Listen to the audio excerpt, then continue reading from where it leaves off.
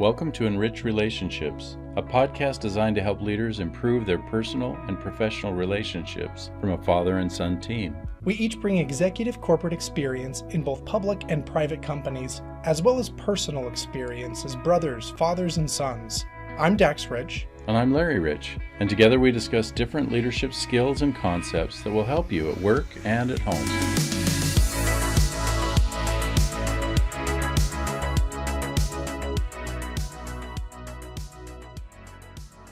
So we got a question from one of our listeners about the last episode that we talked about empathy. And the individual asked us, well, what happens when you don't have a relationship or that relationship has been soured? How do you demonstrate empathy to somebody like that? And so we wanted to talk about that today because it is a valid point, it's a valid thought. When you don't have that trust, it's a lot harder for the other person to feel open or comfortable sharing with you those things that you can't see, the feelings, the desires, the things that are going on inside. And likewise, when you've had a negative experience or when you've soured that relationship with the other person, and it's really hard for the other person to feel comfortable to share anything with you that's happening on the inside. And I think part of this will stem from what we're made of. If we're the type of a person who genuinely cares about other people, regardless of the depth of our relationship with them, or we genuinely want to facilitate success around us with those that we work with. And it's not that that's an easy thing to do, but I think as we really develop ourselves and try and refine ourselves to become more of that, then not only do other people know us that way, but those that we work with, if they walk away from us and it's like, yeah, well, today they asked me how I was doing, and I've never had anybody do that, or I don't know why they did that, or I don't know if they were really sincere, or I don't know why they'd care, or any of those kind of things.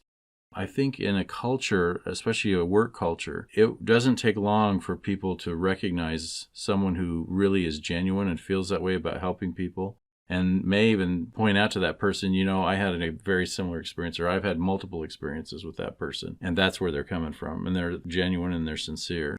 I think if that really is who we are or who we're striving to be or trying to become, that can help us in those type of relationships. So I would say don't ever give up. Don't get discouraged just because we're dealing with somebody who may be negative or sour.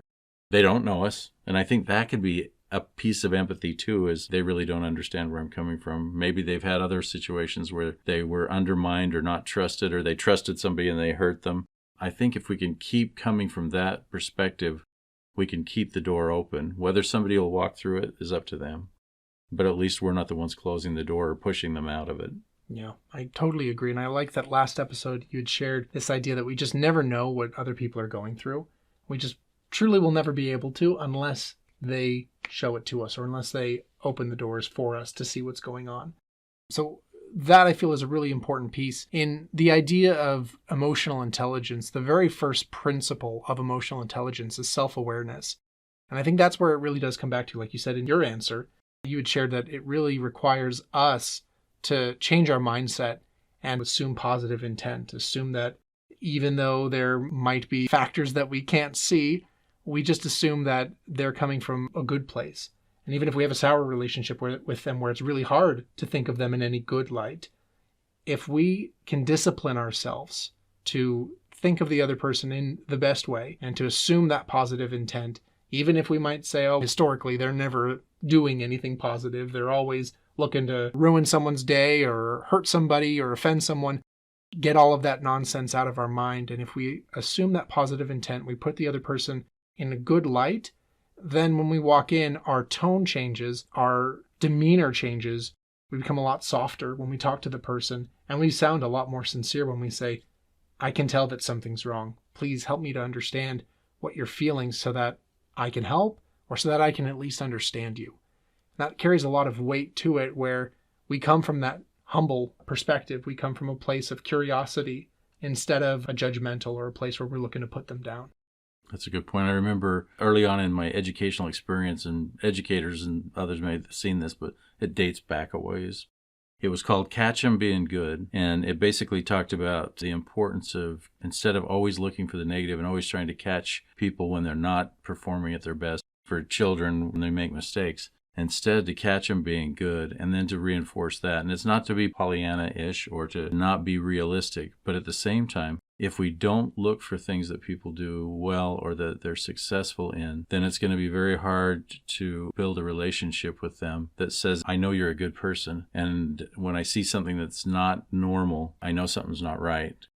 If I'm always looking for negative, I'm always looking for flaws, I'm always looking for the bad, I'll never get to know that person, first of all, but I'll not ever develop any empathy for them either. Because it's like, oh, there's another mistake. And I'll always assume the worst. So I have to be really, really careful to look for and catch. And in fact, it actually makes things much more positive. Same thing with our kids. If we can catch them being good, and I find as I get older and my kids get older, what they're doing good is so much what they're doing with their kids. So catching them being good is now seeing it through my eyes going, man, what a great job.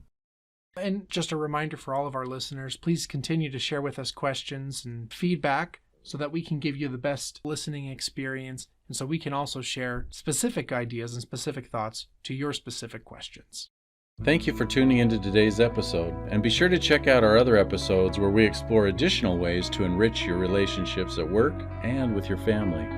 Before you take off, we invite you to subscribe and share what you liked from this episode with friends, colleagues, and family. Take a moment and share feedback and suggestions with us directly at enrichrelationshipspodcast@gmail.com. Lasting change comes from enriching your relationships both at work and at home.